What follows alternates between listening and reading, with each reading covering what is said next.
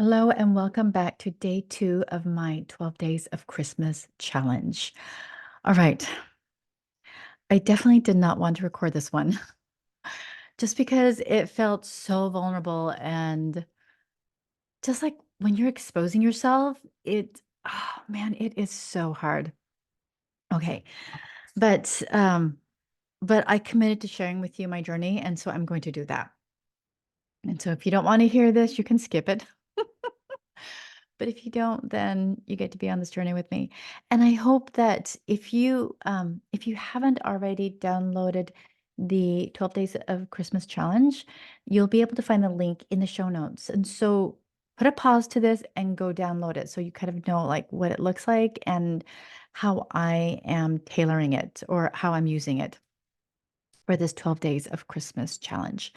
All right. So for the second thing that I wrote down as a gift and blessing that God has been blessing me with this past year, and actually it's past 2+ years, um, that I've been really aware of these gifts and just slow myself down enough to recognize them and to name them and to give thanks.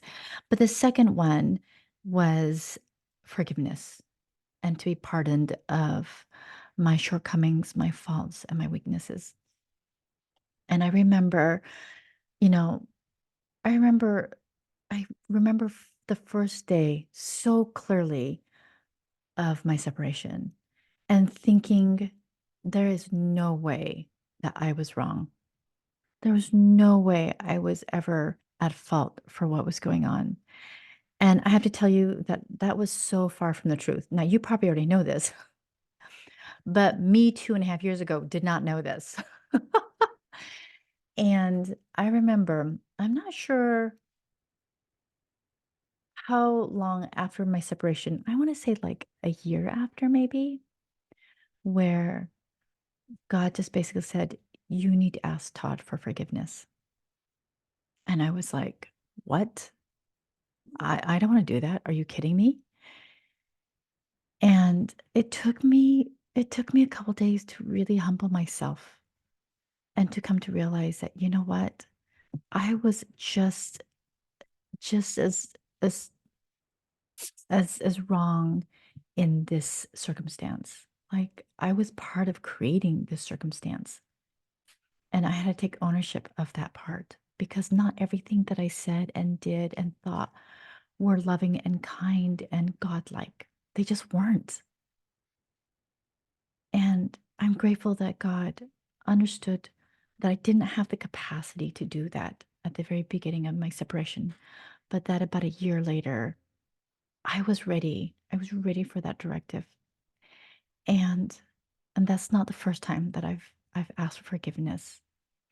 But but this time, fast forward to now, to December 2023, as I wrote down forgiveness as one of the blessings that God has given me, then the next column I wrote, so then I can what? Extend forgiveness. And again, we want to make this as simple as possible, all right? And then that's what I wrote, extend forgiveness. And then third column, to whom? And I wasn't sure about that. And I had some thoughts like, well, maybe it's one of my kids, or maybe it's my it's my, spouse that I'm still separated from. Maybe it's a friend. I don't know. And again, I was in the car driving. What is it about cars and driving and car revelations? Anyone else get car revelations besides me? But this again, I was brought to remembrance of an incident that happened about 3 or 4 years ago. And no, it had to been at least 4 or 5 years ago. And North Carolina, we got a lot of snow. We got a lot of snow.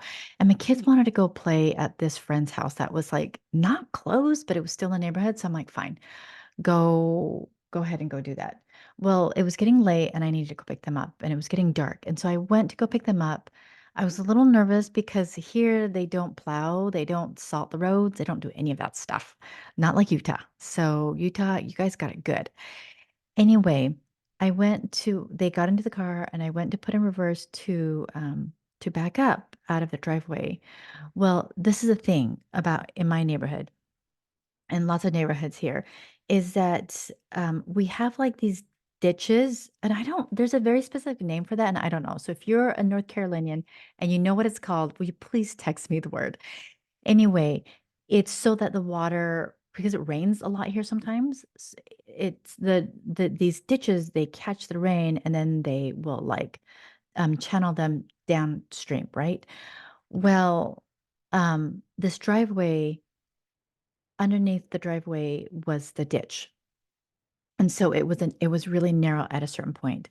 Well, I couldn't see that because it was snowing. And so guess what I did? My half my car was like off the ditch, was like onto the ditch actually. Sorry.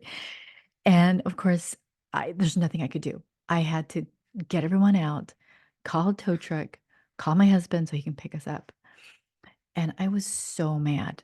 I was so mad, and I totally blamed it on the kids and just like let loose. And this memory of all of this came back to me, and I just felt so much shame. I felt so much guilt.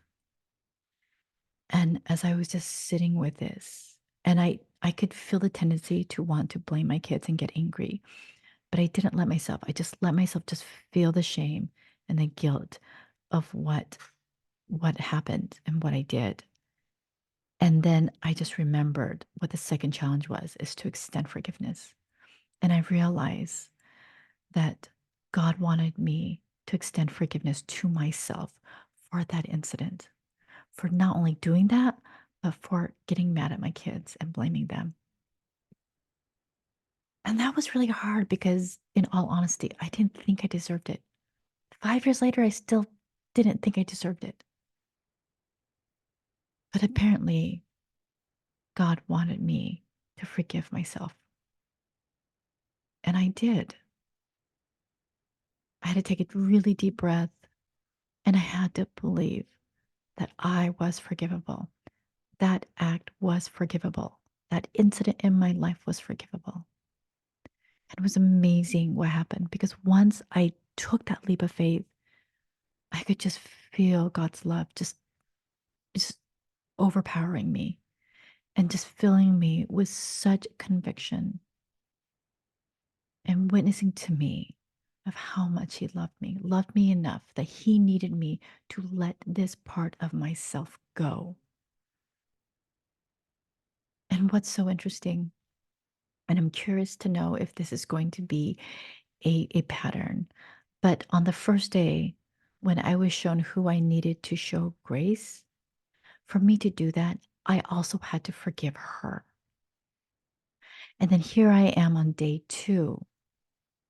For me to feel this love and this witness that, yes, I am forgivable, I had to forgive myself.